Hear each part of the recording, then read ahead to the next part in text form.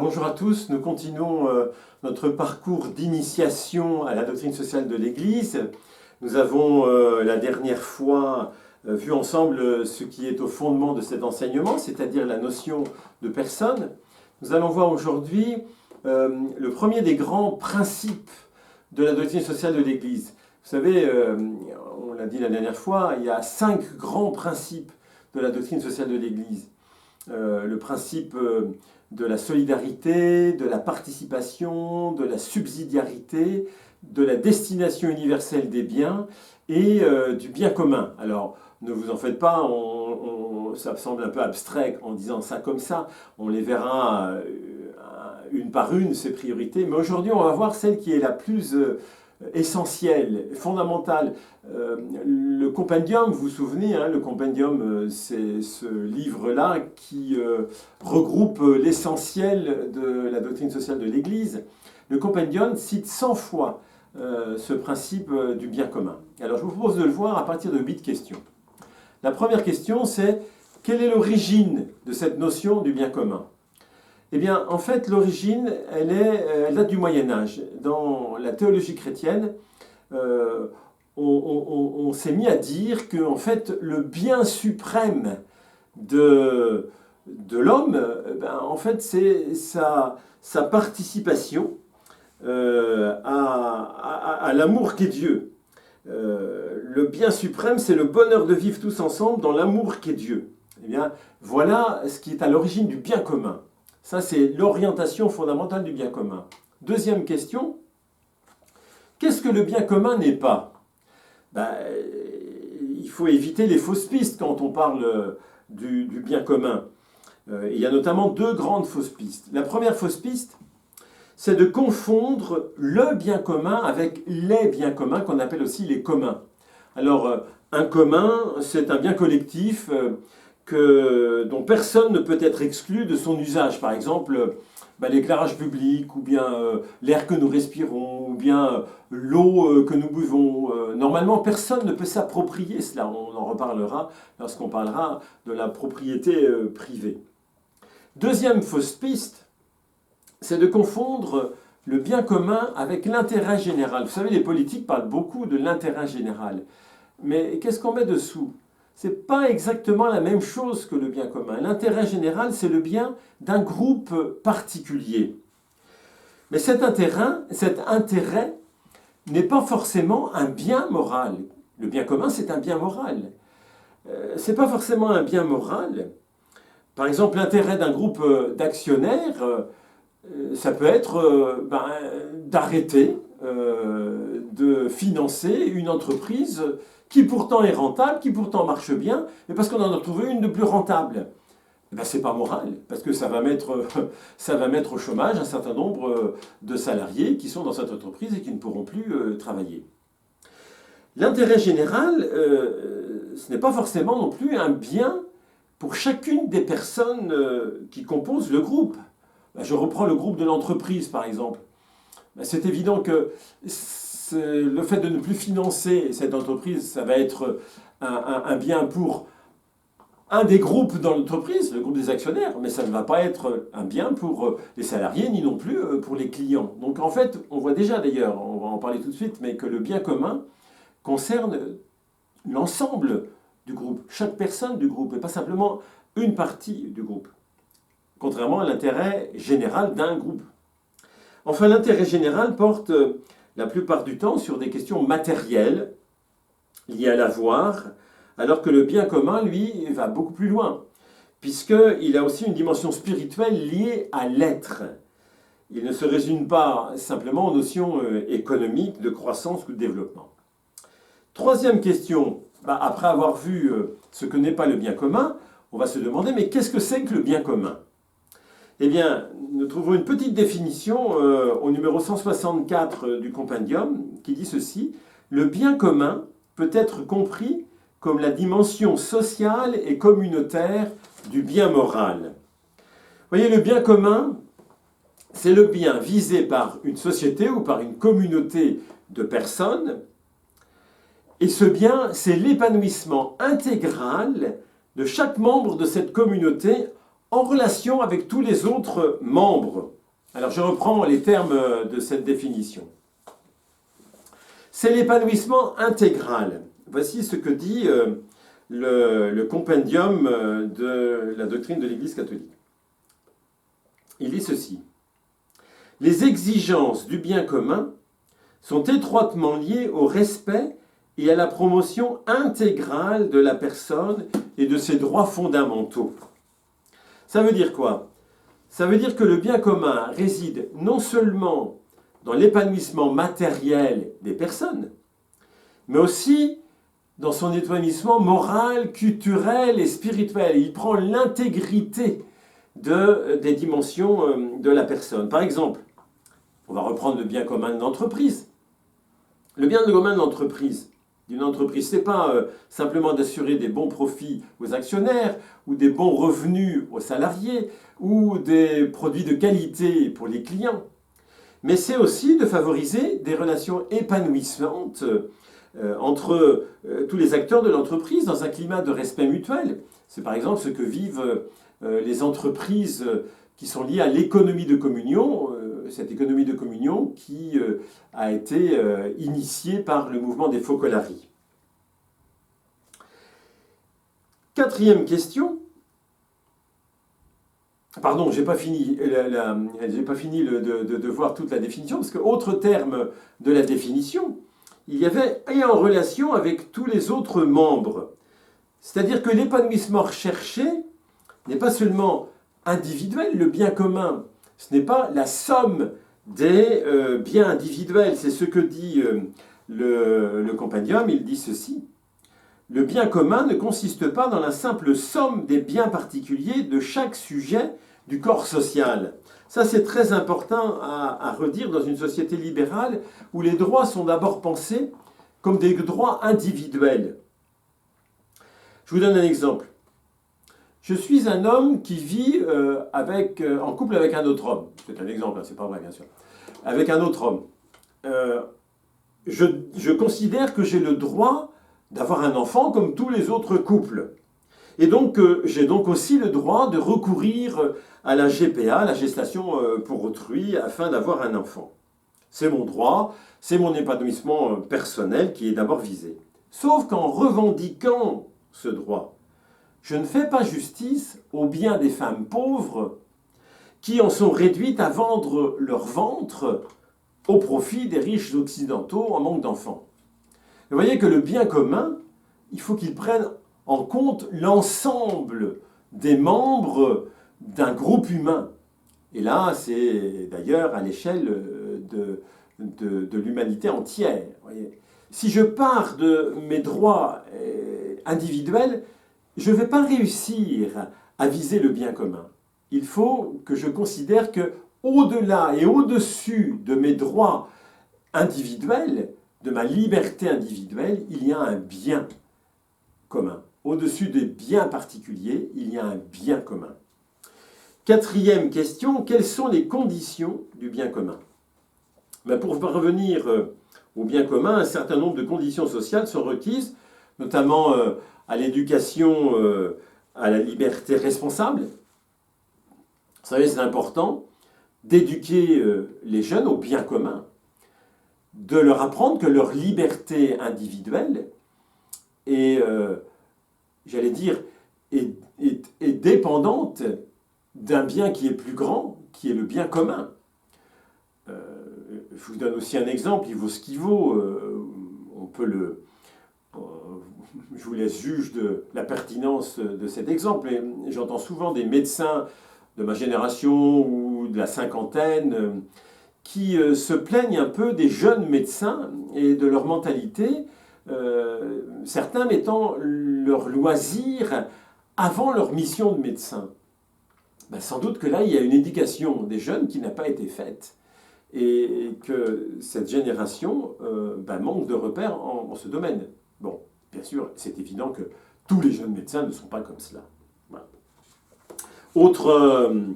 Autre condition pour le bien commun, c'est la subsidiarité et la solidarité. Alors nous verrons cela dans une prochaine vidéo.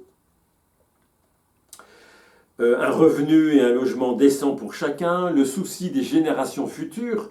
Ben, c'est évident que la dette publique exorbitante que nous avons en ce moment, qu'elle soit économique ou écologique, eh bien, montre que nous négligeons le bien commun, puisque nous négligeons les futures générations qui auront à payer les conséquences de notre incurie.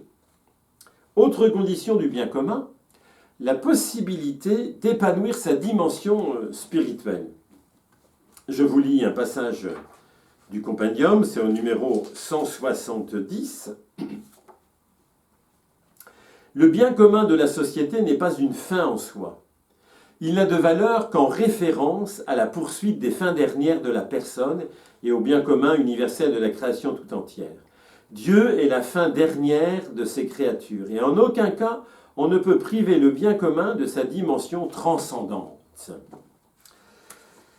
Un régime politique qui ne prendrait pas en compte les aspirations spirituelles de ses concitoyens, eh bien, empêcherait de ce fait la réalisation du bien commun de la société. Vous voyez qu'en France, une mauvaise application du principe de la laïcité peut aller dans ce sens. Et je pose une question, c'est une question, là aussi, vous pouvez ne pas être d'accord. Vous savez, c'est justement ça qui est intéressant dans la doctrine sociale de l'Église. La doctrine sociale de l'Église pose des grands principes, et après, il faut les appliquer. Donc on peut discuter sur l'application, mais je vous donne un exemple. Faut-il interdire aux élèves des écoles publiques de porter un signe religieux, ou au contraire, faut-il accueillir les signes religieux et les mettre en dialogue? Je me souviens de ce que disait, je crois que c'était le père Choufani, qui est maintenant d'ailleurs évêque, je crois, le père Choufani, qui était directeur d'une école à Nazareth qui accueillait à la fois des musulmans, des juifs et des chrétiens. Et au départ, il y avait des tensions assez fortes, jusqu'au jour où ils ont décidé de mettre en valeur et de fêter toutes les fêtes, les grandes fêtes religieuses de chacune des trois religions. Et à partir de ce moment-là, il n'y a plus eu de tension. Pourquoi? Parce que chacun s'est senti reconnu dans son identité, dans ce qu'ils étaient. Et le bien commun de l'école nécessitait d'intégrer la dimension spirituelle de chacun et de chaque groupe religieux présent. Cinquième question. Qui est responsable du bien commun? Le premier responsable du bien commun d'une société, c'est le peuple. Je lisais cela un jour dans un édito de Ouest France qui disait ceci. En régime démocratique, la recherche du bien commun appartient fondamentalement au peuple qui est le seul souverain. C'est tout à fait vrai et ça rejoint ce que dit d'une autre manière le compendium au numéro 167. Le bien commun engage tous les membres de la société. Aucun n'est exempté de collaborer selon ses propres capacités à la réalisation et au développement de ce bien. Nous sommes tous responsables du bien commun. Et à chaque niveau de décision, je dois me poser la question, est-ce que j'agis pour le bien commun? Vous voyez, par exemple, au niveau familial, eh bien, est-ce que je pense à rechercher le bien commun de ma famille? Est-ce que je me suis demandé un jour, mais quel est le bien commun de tous les membres de ma famille? Et comme le bien commun prend non seulement en compte le bien du groupe, mais le bien de chaque personne, c'est ça qui caractérise le bien commun, c'est qu'on lie les deux. Eh bien, est-ce que je m'intéresse au bien de chaque membre de ma famille? Est-ce que je cherche à connaître les désirs, les besoins, les attentes de chacun? Ou est-ce que j'ai des préférences ou même des refus? Je pense par exemple à tel éleveur qui a préféré quitter le GAEC familial parce qu'en fait, il ne se sentait pas entendu par son père, qui refusait de faire évoluer la ferme familiale selon les propositions de son fils. Qui avait raison? Je ne sais pas. Mais est-ce que le critère des uns et des autres était leur désir personnel, leur bien particulier, ou est-ce que c'était le bien commun de la famille? Voilà, c'est une question à se poser. Nous sommes donc tous responsables du bien commun, chacun à son niveau, mais cela doit ne pas nous faire oublier qu'il y a un autre grand responsable, et c'est l'État. L'État doit poursuivre le bien commun. Vous avez ça là au numéro 168 du compendium. La responsabilité de poursuivre le bien commun revient non seulement aux individus, mais aussi à l'État, car le bien commun est la raison d'être de l'autorité politique. Vous entendez? C'est la raison d'être de l'autorité politique, le bien commun. Peut-être que nous devrions le redire plus souvent. Et il est dit aussi ceci dans le compendium, c'est au numéro 169.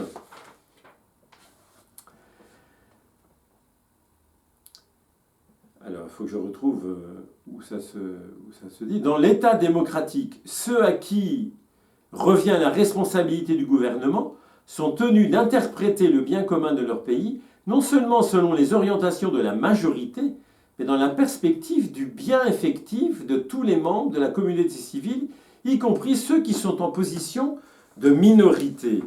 C'est intéressant cela. Je prends encore un exemple. Si par hasard, la majorité du peuple de France était pour l'euthanasie, il serait du devoir de l'autorité politique de dire non. Car là, nous ne sommes plus dans le bien commun, puisqu'une partie de la société ne serait plus prise en compte, à savoir les personnes en fin de vie. De la même manière, si la majorité des Français disait « nous sommes pour l'eugénisme », c'est-à-dire pour la sélection des embryons selon leurs caractéristiques, eh bien l'autorité politique devrait dire non. Vous voyez, quand ces deux domaines, nous sommes devant une autorité politique très défaillante, puisque la grande majorité des embryons qui présentent une suspicion de trisomie 21 sont avortés, et que c'est un eugénisme qui ne dit pas son nom, et que l'État est en train de peaufiner une loi sur le suicide assisté. Donc vous voyez, en ce sens, l'État est défaillant, car il devrait œuvrer au bien commun, ce qu'il ne fait pas. Sixième question, le bien commun est-il évident à réaliser? Eh bien non, pour au moins deux raisons. La première raison, c'est que le bien commun nécessite de se décentrer de son intérêt personnel. Voici ce que dit le compendium au numéro 167. Le bien commun découle des inclinations les plus élevées de l'homme. Mais c'est un bien difficile à atteindre, car il requiert la capacité de réaliser le bien des autres comme si c'était le sien, et de le rechercher constamment. Un petit souvenir personnel pour illustrer ce propos du compendium. Lorsque j'étais responsable de la pastorale des jeunes du diocèse, nous avions organisé les assises de la pastorale des jeunes. Nous avions réuni l'ensemble des délégués de tous les groupes, de tous les mouvements, de toutes les associations de jeunes du diocèse. Et au début de ces assises, l'évêque d'alors, Monseigneur Soubrier, avait dit ceci. Nous n'allons pas essayer de rechercher d'abord à faire la promotion. Vous n'allez pas, puisqu'il parlait aux jeunes, vous n'allez pas d'abord essayer de chercher à faire la promotion de votre groupe. Vous allez essayer de faire réussir le groupe de l'autre. C'est très beau cela, hein? Ça change complètement la perspective. Et ça a d'ailleurs été des assises assez étonnantes parce qu'il y a un climat merveilleux d'entente et de communion. La seconde raison pour laquelle le bien commun n'est pas évident à réaliser, c'est qu'il nécessite un équilibre pratique qui n'est pas toujours simple à réaliser. Par exemple, si l'on ouvre sans précaution nos frontières douanières, en signant notamment des traités de libre-échange avec le Canada, les USA ou d'autres pays, etc. Alors que ces pays ont des contraintes fiscales ou écologiques beaucoup moins contraignantes que les nôtres, ou même qu'ils truquent leur taux de change ou qu'ils subventionnent artificiellement leurs entreprises. Cela va entraîner des drames pour notre propre économie nationale. Mais il est sûr alors que ce ne sera pas conforme au bien commun. Mais en même temps, on sait très bien que trop de protectionnisme manifeste une sorte d'égoïsme national. Vous voyez que c'est un équilibre à trouver entre les deux. Autre exemple, si on souhaite le développement des pays d'Afrique, mais qu'en même temps, on refuse de leur acheter les produits qu'ils confectionnent en fermant nos frontières, en leur fermant notre frontière, nous ne sommes plus dans le bien commun. Là aussi, l'équilibre est délicat. Septième question, pourquoi la doctrine sociale de l'Église insiste tant sur l'importance des corps intermédiaires dans la réalisation du bien commun? Ce qu'on appelle les corps intermédiaires, ce sont les associations, les groupes, les communautés qui forment la société civile et qui sont intermédiaires entre les individus et l'État. Et bien, voyez l'affaiblissement des corps intermédiaires, notamment de la famille, qui est le corps intermédiaire le plus fondamental, rend beaucoup plus difficile la réalisation du bien commun. Un bien commun à l'échelle de la nation est beaucoup plus difficile à réaliser s'il ne s'appuie pas sur le bien commun de chaque corps intermédiaire, parce que chaque échelon de la société a son bien commun à réaliser.